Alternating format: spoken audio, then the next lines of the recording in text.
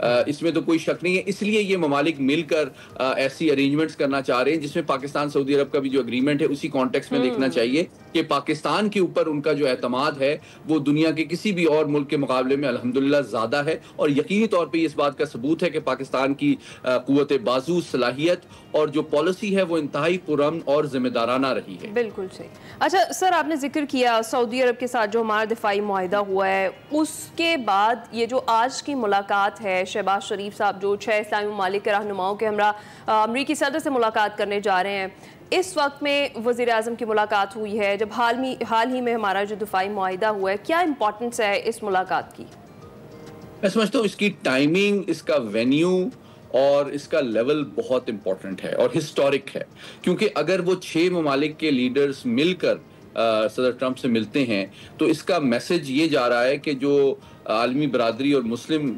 Leaders ہیں وہ اپنا کنسرن اور پوری مسلم برادری کا جو تشویش ہے اس سے باضابطہ طور پہ فارملی امریکی صدر کو آگاہ کر رہے ہیں. تو میں سمجھتا ہوں امریکی صدر کو عالمی سطح پہ بھی, داخلی سطح پہ بھی اور سفارتی سطح پہ بھی اس کو بالکل ڈسمس کرنا پاسبل نہیں ہوگا, لیکن ڈیفینیٹلی ان کے اوپر سفارتی دباؤ بڑھے گا کہ وہ جو ہے اپنی مڈل ایسٹ کی پالیسی میں تھوڑا سا بیلنس اسٹرائک کریں. اسرائیل کو جس طرح اس کی سرپرستی اس کے ظلم و ستم کی کر رہے ہیں, تو جو عرب ممالک کی ان کی گڈ ول ہے اس کو ٹیک فار گرانٹیڈ نہ کریں, اور ان کے بھی جو سینٹیمنٹس ہیں, کنسرنس ہیں, ان کا خیال رکھیں, کیونکہ اگر اس سے امریکہ کے مفادات اور امیج کو کافی نقصان پہنچ سکتا ہے. تو یہ جب ایک یک زبان ہو کے یہ بات کی جائے گی تو امید ہے کہ صدر ٹرمپ اس کا زیادہ سیریسلی نوٹس لیں. محمد علی صاحب, ہم دیکھ رہے ہیں کہ جہاں پر صدر ٹرمپ کہتے ہیں کہ ہم اپنے ٹیکس پیئر کا پیسہ اور اپنے فوجی قربان نہیں کریں گے, وہیں پر اب جو یہ ملاقات ہو رہی ہے اس میں بھی ایک اہم نقطہ یہ جو ہے ریز کیا جا رہا ہے, اہم نقطہ جس پر بات ہونے جا رہی ہے وہ یہ کہ عرب ممالک مل کر جو ہے یہاں پر امداد بھی دیں اور یہاں پر سیکیورٹی بھی فراہم کریں. اس نقطے کو آپ کس طرح سے دیکھتے ہیں؟ دیکھیے, میں سمجھتا ہوں صدر ٹرمپ چونکہ بنیادی طور پہ ایک بزنس مین ہے, اور آپ کو ایک کوئک ایگزامپل دیتا چلوں, یوکرین کو بائیڈن ایڈمنسٹریشن نے تقریباً 180-190 ارب ڈالر کی دفاعی امداد دی تھی. جب صدر ٹرمپ اقتدار میں آئے تو انہوں نے کہا بھائی یہ جو ہم نے خرچہ کیا آپ کے اوپر, اس کے پیسے آپ پورے کریں, ہمیں واپس کریں. ریئر ارتھ منرلز کے صورت میں اور چیزوں کے صورت میں, اپنے معدنی وسائل کی صورت میں ہمیں واپس کریں. تو بات یہ کہ وہ بزنس مین ہے, وہ چاہے بھارت ہو, چاہے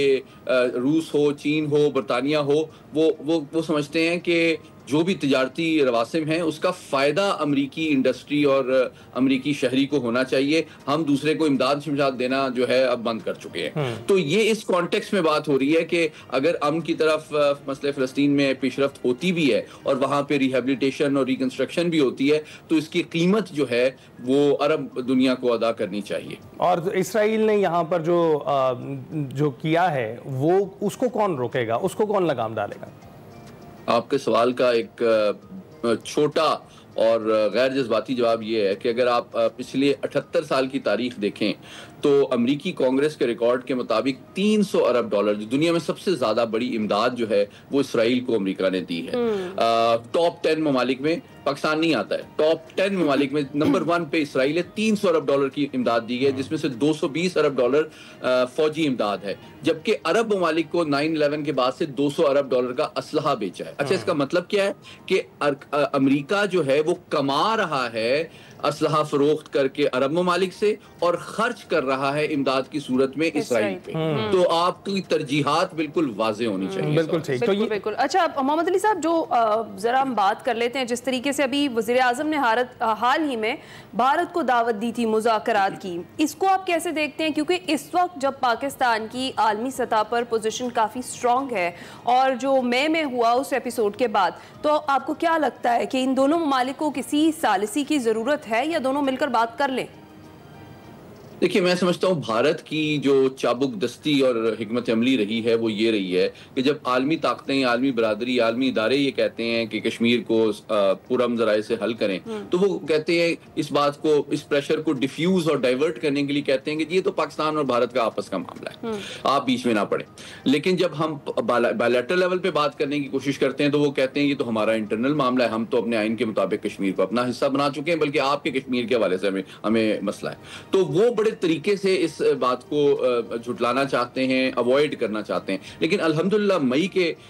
جو عبرتناک شکست ہوئی ہے اس کے نتیجے میں دنیا میں ان کی حقیقت بھی سامنے آئی ہے، ان کا اسٹیٹس بھی کم ہو گیا ہے، اور ان کے اثر و رسوخ اور اعتماد میں وہ بہت نقصان اور دھچکا پہنچا ہے۔ تو میں سمجھتا ہوں پاکستان کے لیے بڑا امپورٹنٹ ہے کہ اس وقت کو، اپنی پاور کو، اپنے انفلوئنس کو، اپنے گڈ ول کو